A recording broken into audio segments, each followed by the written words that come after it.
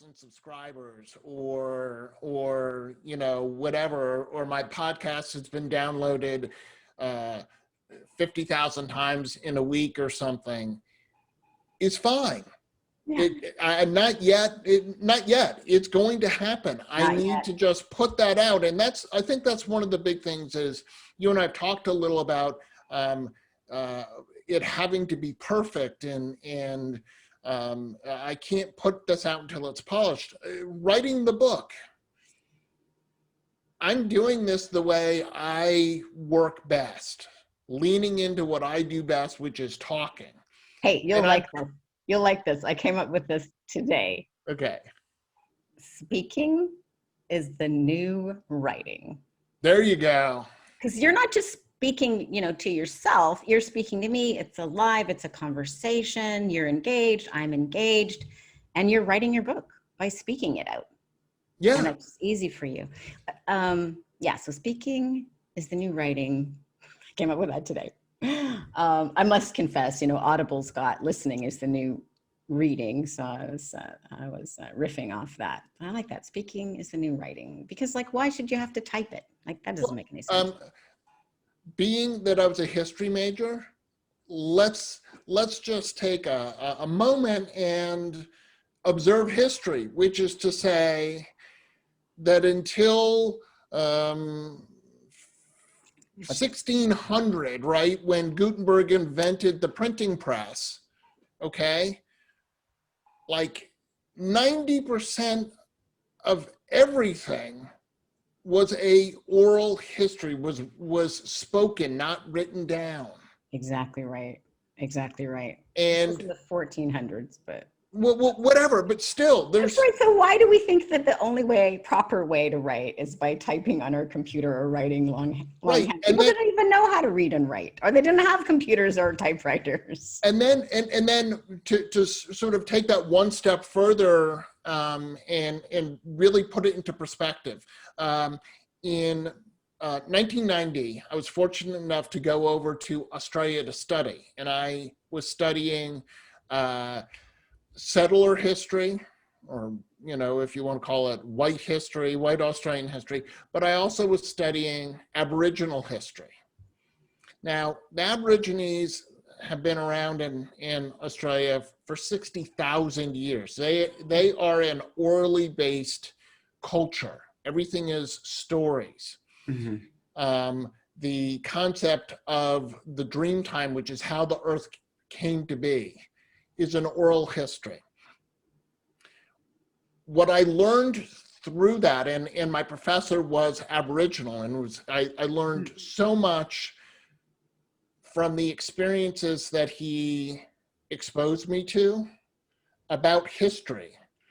And it really changed how I think about history, because everything that I was reading about Aboriginal history was something that was written down by a missionary who was interpreting what they were being told and wrote it down. And then once it was written down, that's the way that happened.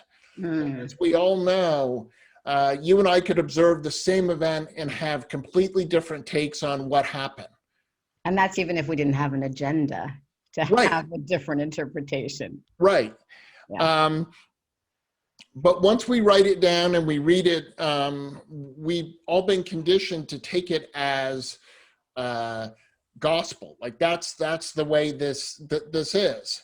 And that's for sure. Huh?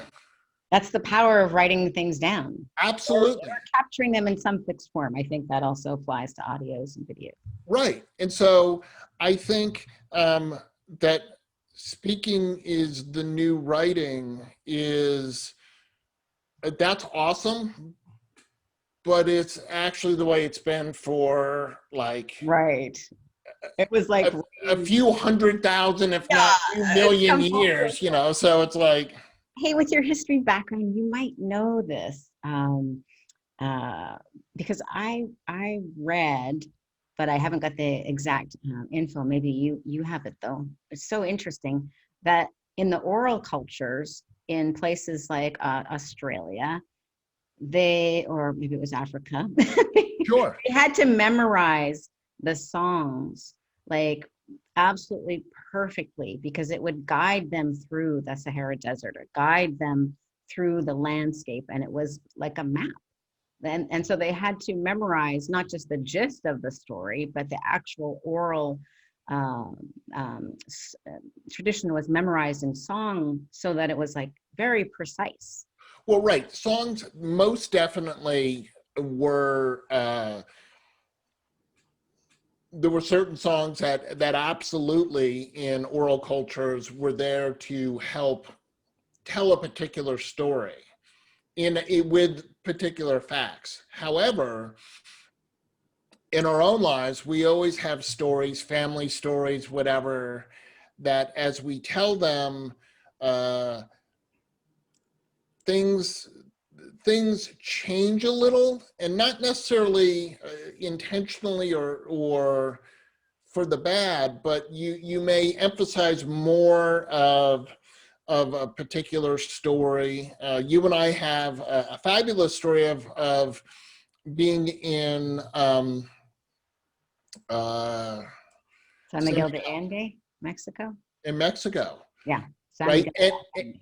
And we will, as the years go on, we will tell the stories of going to the pyramids Right. in the driving rain and all of that. And we might emphasize the wind more one time and the rain another time. Both are factual events, but the degree of wind, the cold, how cold we were. Yeah, that was a really great trip. That was an awesome That was trip. like, Thank it you. was like my high point. I'm like, that was February 2020. After that, I'm like, yay, I'm going to do exotic events with awesome people. This is like I'm going to double down on that plan. And then 1 month later, coronavirus, and they're like, all events canceled. Yeah, definitely. But I am going to do those events, just not yet. Exactly. Not yet. They're not, it's not that you're not doing them and they're not going to happen. It's just not yet.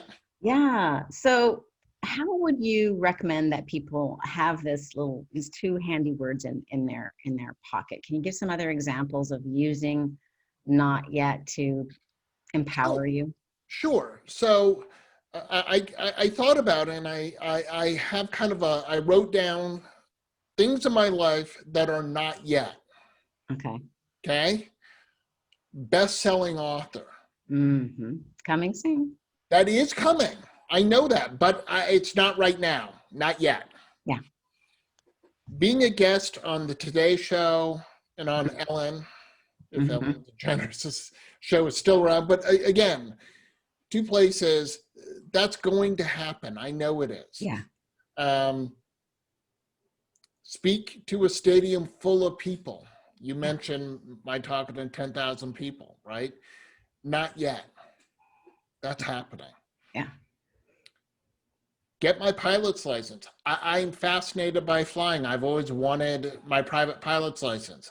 I just haven't felt, I've done an incredible amount of research. I've flown on my X-Plane flight simulator for hundreds of hours. I feel fully confident that if the whole entire airline crew were to somehow have catastrophic sickness, I could land a 747 at San Francisco.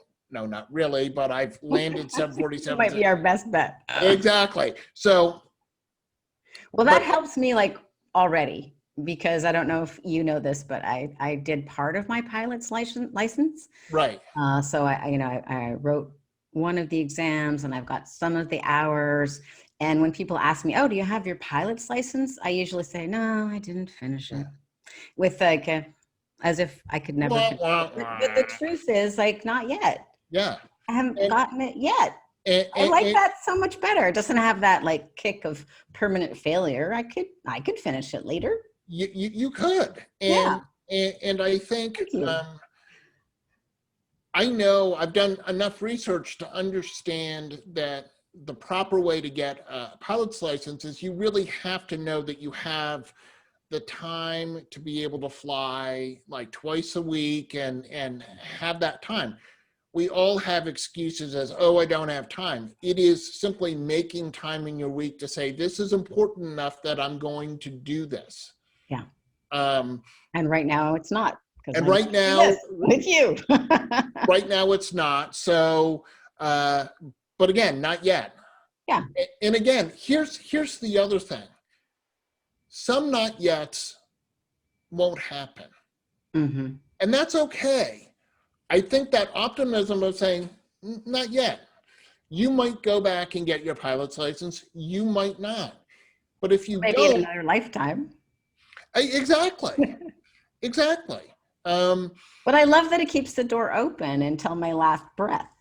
You know, it does. I think that's and even if you're lying on your deathbed, oh, I'm reviewing my life, right? You better be there. If I say, oh, I never got my pilot's license, I didn't give up on the dream. I just, perhaps there were other things that I wanted to do even more. That's right. Well, I like that it emphasizes the choice aspect, which is empowering rather than the failure aspect of like a harsh no. The other thing I think this can relate to is I was listening to Mel Robbins on one of her podcasts recently. I love her. She's the 5-second rule lady. Yeah. But she was talking about the science of visualization and how important it is to visualize the future you want. And you know how it says in the Bible, you know, pray, giving thanks, you know, as if you've already received it. And sometimes that trips me up a bit because I'm like, well, I haven't achieved that yet. How can I, you know, lean into that? I think you're not yet is so handy because it's like, it's not a no, it's just evolving. So I can give thanks right now for you becoming a best-selling author with the book that you're working on right now with my support. Yeah, you haven't become a best-selling author yet, but it's inevitable. Right. In my heart and mind with this Absolutely. process. And my journey, my success is going to happen. Mm-hmm. And exactly how it's going to look, I don't know. Mm-hmm. I certainly spend a lot of time visualizing what it is that I want. And there's so much, as I'm reading You Are a Badass. Oh, yeah.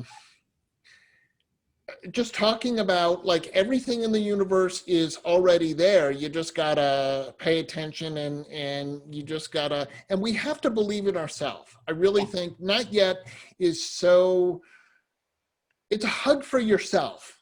Yeah. It's a hug for yourself. I like that. Well, you can't reach out your mental hand to grasp something unless you are aligned with it. And sometimes what keeps us from being aligned with it is because we haven't done the work yet and we don't deserve it, honestly. Or sometimes it's just self-doubt. But sometimes we just need to be reminded that the not yet is a little bridge to a little bit more time, right? So I like that. Absolutely. Yeah. And like any journey, some journeys are really short. Yeah. My journey to Safeway to buy eggs, okay? Pretty short. Your journey to get your MBA, my journey to get my master's in mental health counseling, a bit of a longer journey. Yeah. But you never doubted the path that you were on, but you also realized that you weren't getting your mass, you know, your MBA just like that. There was time and work that's involved. I had to have some patience. Well, you're talking about journeys and you're talking about our journey. So I feel like I should pop in here because we've mentioned on a couple of previous episodes that I set myself that new high bar goal of 100K in 100 days, which I ticked off for the first 100 days. And today I'm in this, and now I'm in the second 100-day period. And I just got a $90,000 deal signed today. So yay for you. Looking good for the 100K in 100 days. Well, I was going to ongoing say, I journey. mean, you're literally 90% there. Yeah, exactly. And knowing you, that final 10K, probably not that hard. In fact, it probably just happened or something. Probably. Um, Probably this week. so yeah, and that congratulations. That's awesome. Thank you. And Thank you. I think, yeah, I mean, not yet is, gosh, I mean, when I just think about it, I love being able to say that, especially doing what I'm doing, which it doesn't have a track record, which for a lot of people, when I say I'm a motivational speaker and author, um, I don't know why, people have sort of, they're like, oh, so you're not really working. And I'm like, no, I'm really I'm working. working really hard. And then like I mentioned my YouTube channel, and then someone came back and said, well, you don't have a lot of subscribers. I said, not yet. I said, Yeah. like, I am not a celebrity right now. It's not like, oh, hey, I have a YouTube channel and instantly have a whole bunch of subscribers. Well, it takes time and it takes putting out content. But what I like about this plan is YouTube is the second biggest search engine after Google. yeah. I'm on YouTube all the time. I listen to almost all my podcasts on YouTube or something.